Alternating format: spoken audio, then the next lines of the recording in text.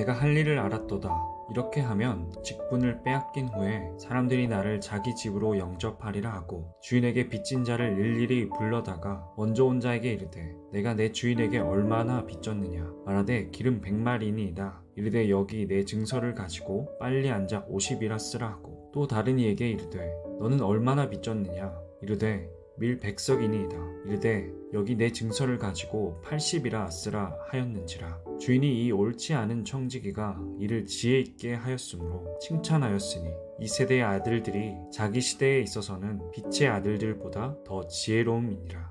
빛의 아들들이여 깨어나십시오 라는 제목으로 하나님 말씀 나누겠습니다. 여러분 중에 혹시 삶의 위기를 경험한 분들이 계신가요? 그렇다면 그 위기를 극복하기 위해 어떻게 하셨나요? 기독교 상담 학자인 놀먼 라이트는 위기는 위험과 동시에 기회를 제공한다고 말합니다. 그러한 위기 상황에서 사람들이 어떤 대안을 모색할 때 파멸의 길을 선택할지도 모르지만 또한 자신에게 새롭고 유용한 방법을 발견하게 될지도 모른다라고 이야기합니다.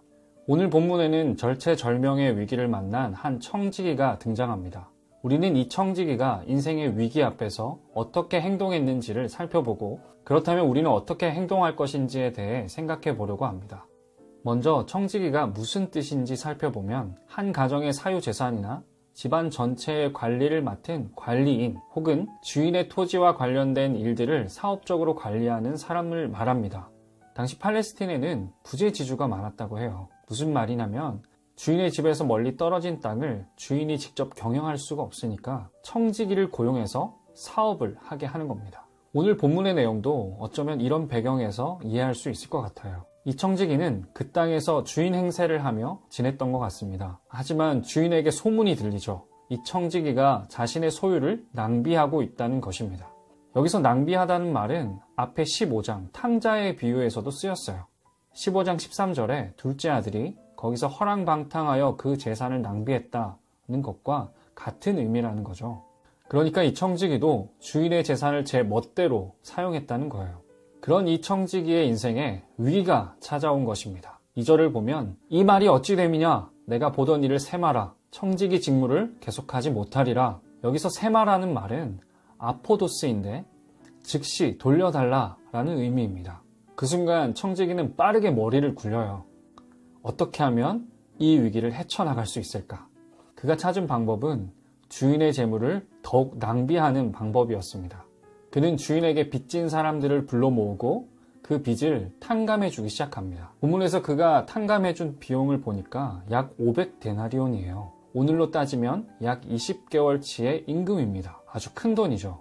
이 청지기는 그들에게 호의를 베푸는 것 같지만 사실 그들을 공범으로 만들어버려요. 또한 그가 이렇게 행동했던 또 다른 이유는 당시 헬라 로마 문화에서 찾을 수 있어요. 상호성의 윤리, 상대가 베푼 호의에 대하여 반드시 되갚아야 하는 의무가 있었던 것입니다. 참 똑똑하죠. 하지만 우리가 주인의 입장이라면 분노할 일입니다. 이 청지기는 자신의 삶이 끝날 위기 앞에서 이제껏 자신이 믿어온 가치와 신념대로 행동하기에 주저함이 없었습니다.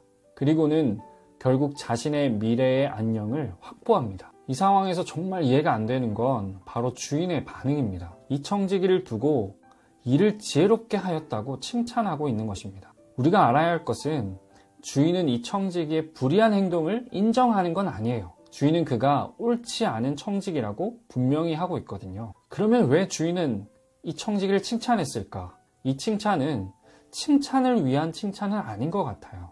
이 칭찬은 누군가에게 자극을 주고 교훈을 주기 위함이에요. 누구입니까? 빛의 아들들. 우리는 여기서 이 비유의 이야기에 청중이 누구인지 봐야 합니다. 앞서 15장의 비유들의 청중이 바리새인들과 서기관들이었다면 16장부터는 제자들을 포함시키고 있어요.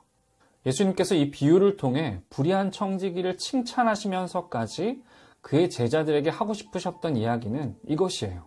청지기에게 닥쳐온 이 위기는 새로운 삶을 준비하게 했습니다. 그는 새로운 삶에 대해 분명히 인식했을 뿐만 아니라 철저하게 준비했습니다. 그는 그의 세상적 가치관과 신념을 가지고 적극적으로 행동했습니다. 빛의 자녀된 여러분, 사실 우리는 이 청지기보다 훨씬 더 강력한 위기를 경험했습니다.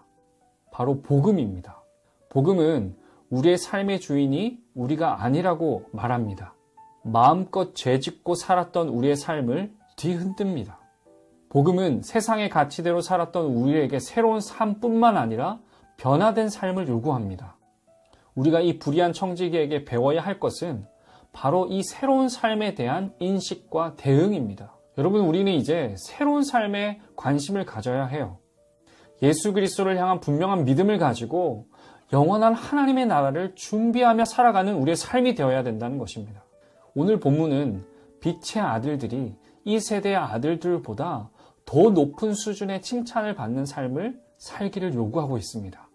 여러분, 기억하십시오. 세상적인 가치를 근거로 칭찬을 받은 이 청지기의 삶을 성경은 이렇게 정의합니다. 낭비 그리고 불의입니다.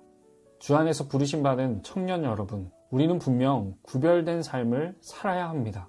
주님께서는 우리가 영원한 하나님의 나라를 준비하는 청지기로서의 삶을 요청하고 계시는 것입니다. 사랑하는 청년 여러분, 오늘도 우리가 주님 안에서 거룩한 성도로 부르심 받았다는 사실을 기억하며 성도답게 살아내는 오늘 하루가 될 수 있기를 간절히 소망합니다.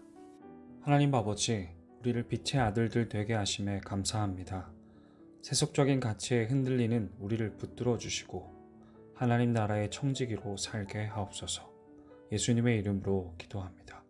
아멘. 오늘의 기도입니다. 나의 유익이 아닌 하나님의 기쁨을 위해 살게 하옵소서. 이웃사랑을 실천하는 하루 되게 하소서.